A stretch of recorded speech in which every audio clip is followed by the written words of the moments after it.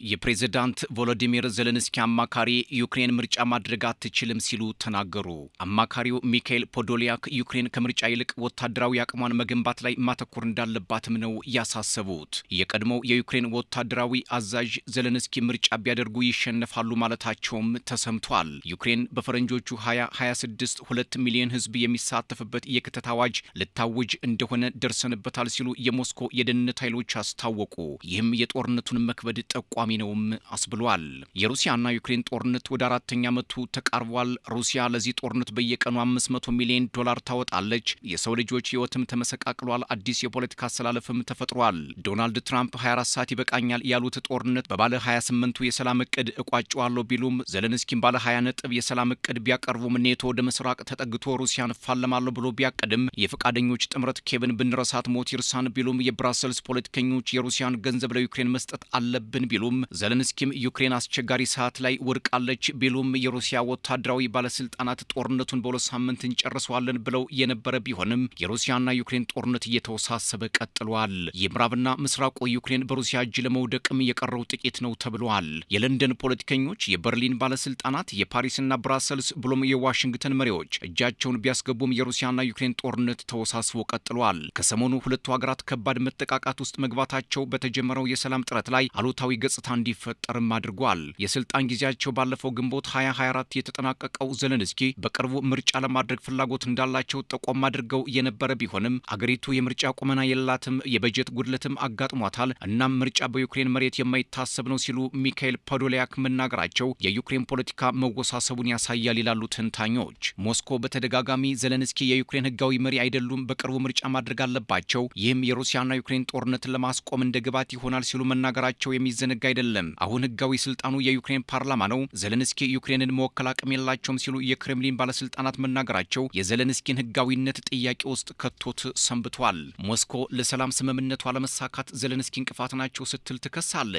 ትራምፕም ዜሌንስኪ አምባገነን ናቸው ሲሉ መናገራቸው በዜሌንስኪ መንግስት ላይ ጫና መፍጠራቸው የሚታወስ ነው። ዜሌንስኪም ይህን ለመከላከል ዩክሬን በጦርነት መሃል ሆና ምርጫ ልታካሄድ ትችላለች ቢሉም አሁን ግን አማካሪያቸው ዩክሬን ለአቅመ ምርጫ ለመድረሷን መናገራቸው ዜሌንስኪን በመንታ መንገድ ላይ ቆመው የትኛውን አቅጣጫ እንደሚመርጡ ግራ ጋብቷቸዋል። በአንድ በኩል ምርጫ መደረግ አለበት የሚሉት የሞስኮና የዋሽንግተን ጫናዎች፣ በሌላ በኩል ደግሞ የሩሲያ ግስጋሴ የጦርነቱን አለመቆም ያሳያል። የክሬምሊንና ዋይት ሀውስ ግፊት ያስጨነቃቸው ዜሌንስኪ የአውሮፓ አጋሮቻቸው ድጋፍ የሚያደርጉላቸውና የደህንነት ዋስትና የሚሰጧቸው ከሆነ ምርጫ ለማድረግ እንደማያመነቱ ቢናገሩም አሁን ግን አሳሳቢ ነገር ገጥሟቸዋል። ያም ምርጫ ለማድረግ የሚያስችል ገንዘብ የላቸውም።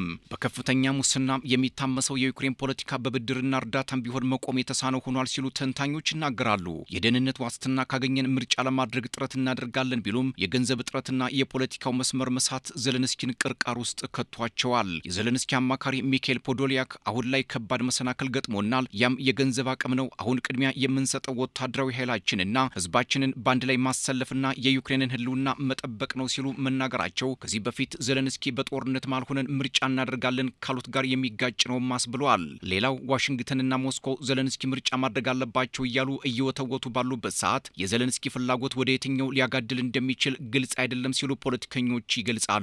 ከዚህ ጋር በተያያዘ ዜሌንስኪ ወደ ምርጫ ቢገቡ እንኳን እንደማያሸንፉ የቀድሞ ወታደራዊ አዛዥ ቫለሪ ዛሉዥኒ መናገራቸው የዜሌንስኪ ስልጣን እያጠረች ስለመሆኑ አመላካች ነው የሚሉም አልጠፉም። ምክንያቱም ትራምፕና ፑቲን አንድ የተስማሙት ነገር ቢኖር ዜሌንስኪ አንድም ምርጫ በማድረግ አንድም ከስልጣን መውረድ ሳይኖርባቸው እንደማይቀር ነው። ወታደራዊ አዛዡ 44 በመቶ የዩክሬን ህዝብ የዜሌንስኪን አመራሮች በምርጫ መጣል እንደማይቻል ስለሚያውቅ ለመምረጥ ብዙ ፍላጎት የለውም፣ 64 በመቶ የሚሆነው ደግሞ ለምርጫ ፈቃደኛ አይደለም ሲሉ ማክለዋል። የሩሲያው ፕሬዝዳንት ቭላዲሚር ፑቲን የዩክሬን ህዝብ ምርጫ በሚያደርግበት ሰዓት ምንም አይነት ጥቃት እንደማይፈጽሙ መናገራቸው ደግሞ የዜሌንስኪን መንግስት ለመጣል አንዱ ማሳያ እንደሆነ አመላካች ነው ሲሉ ፖለቲከኞች ይናገራሉ። ከሁለተኛው የዓለም ጦርነት ወዲህ ከፍተኛ እንደሆነ የሚነገርለት የሩሲያና ዩክሬን ጦርነት ለምን እስካሁን አልቆመም የሚሉ በርካቶች ናቸው። እንደ ፖለቲከኞች ግምት ለጦርነቱ መወሳሰብ አንድም የውጭ ጣልቃ ገብነት፣ አንድም የኃይል የበላይነት ለማሳየት የሚደረግ ትንቅንቅ፣ አንድም ግዛትን አሳልፎ ያለመስጠት ትግል፣ አንድም ከባድ የሙስና መስፋፋት፣ አንድም የጦር መሳሪያ አምራች ባለቤቶች ንግዳቸው እንዳይቆም ጦርነቱን ስለሚያወሳስቡት የሩሲያና ዩክሬን ጦርነት ከፖለቲካ ተሻግሮ ምጣኔ ሀብትን ለመቆጣጠር የሚደረግ ደም አፋሳሽ ጦርነት ነው ሲሉ ይገልጹታል። ባለፈው ሳምንት ፕሬዝዳንት ቮሎዲሚር ዜሌንስኪ የሩሲያና ዩክሬን ጦርነት በፈረንጆቹ 2026 ማለቅ አለበት ብለው መናገራቸው የሚታወስ ሲሆን እውን ፕሬዝዳንቱ እንዳሉት የሀገራቱ ጦርነት በተጠቀሰው ዓመት ያልቅ ይሆን የሚለው ጉዳይ ግን ወደፊት የሚታይ ይሆናል። Україна ніколи не хотіла війни. Ми ніколи не будемо